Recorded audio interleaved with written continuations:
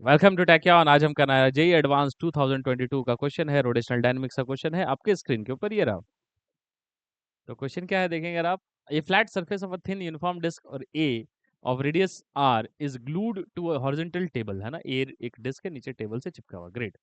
Another thin uniform disc B of mass m and with the same radius r rolls without slipping on the circumference of a as shown in the figure। ठीक है ना। A flat surface of b also lies in the plane of the table। ठीक है। Great. The center of mass of B has fixed angular speed omega about the vertical axis passing to the center of A. The angular momentum of B is n m omega r square with respect to the center of A.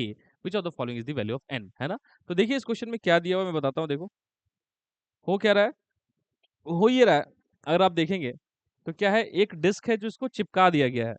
ये blue वाली जो मैंने बनाई है ना, इस disc को चिपका दिया गया है सरफेस से। ठीक है।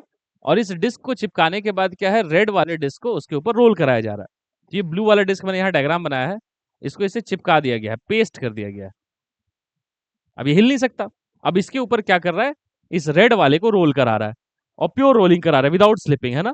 तो देखो without slipping on the circumference of A edge on the flat surface of B also lies in on the, अच्छा मतलब क्या कहना चाह रहा है कि ये जो बी है इसको बोलता है ए, इसको बोलता है बी। बी का जो फ्लैट सरफेस है इसी फ्लैट सरफेस के प्लेन में है।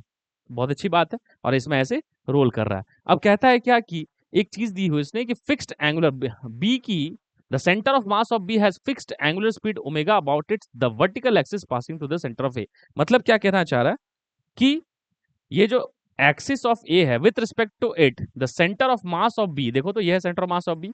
ये सेंटर ऑफ मास कैसे घूमेगा, देखो ऐसे घूमेगा ना, ये ऐसे से रोल करता हुआ जाएगा। तो आप देखेंगे तो सेंटर ऑफ मास देखो ऐसे भागेगा, ऐसे सेंटर ऑफ मास जा रहा है। तो इस सेंटर ऑफ मास का ना ओमेगा है, angular velocity with respect to the centre of A. तो ये ओमेगा से इसका सेंटर ऑफ मास रोटेट कर रहा है विद रिस्पेक्ट टू ए। अब पूछा है कि एंगुलर मोमेंटम ऑफ बी दिया हुआ है, पूछा गया with respect to A, centre of mass of A.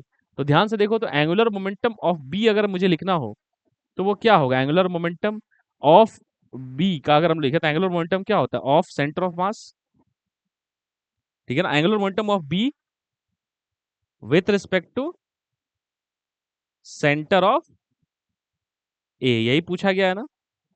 तो क्या होगा, angular momentum of centre of mass, ठीक है ना, of centre of mass plus of centre of mass with respect to, अब चलो बार बार विथ रिस्पेक्ट टू लिखने की जरूरत नहीं, समझ में आता है, plus angular momentum of centre of mass. यही तो तरीका होता है।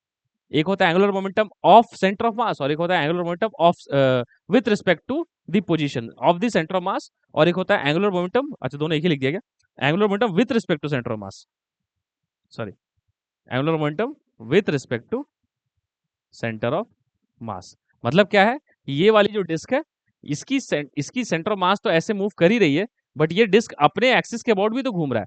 तो एक इसकी एंगुलर मोमेंटम होगी अपने एक्सिस के अबाउट, और ये एक इसकी सेंटर मास की एंगुलर मोमेंटम होगी, वही कहा जाता है angular momentum of centre mass. अब ध्यान से देखो तो centre mass of that disc M V R लिखेंगे तो क्या लिखेंगे, एम, मान लो भाग रहा है वी स्पीड से, ये वाली स्पीड वी है, इस स्पीड से भाग रहा है वी, और डिस्टेंस कितना है सेंटर से, 2r, बहुत सही।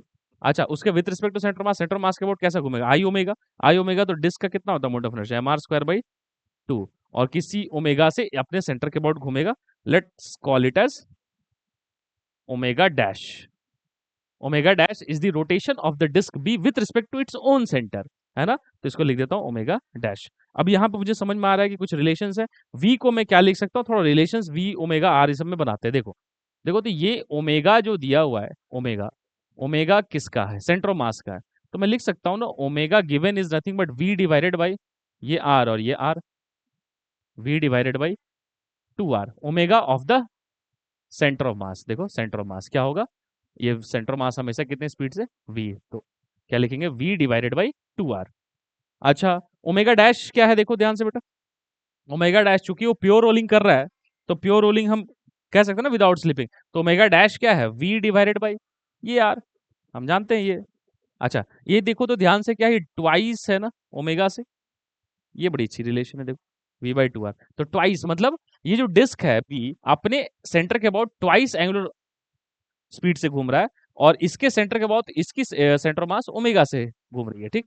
तो 2 ओमेगा। अब ध्यान से देखो तो यहाँ क्या लिखेंगे, अब बस बचा कुछ भी नहीं है, देखो क्या मैं लिख सकता हूँ v की जगह 2 ओमेगा आर? v की जगह लिख सकता हूँ मैं 2 ओमेगा आर। अब हो गया काम खत्म। देखो, मैं v की जगह लिख सकता हूँ 2 ओमेगा आर, तो कितना हो जाएगा 2 ओमेगा आर।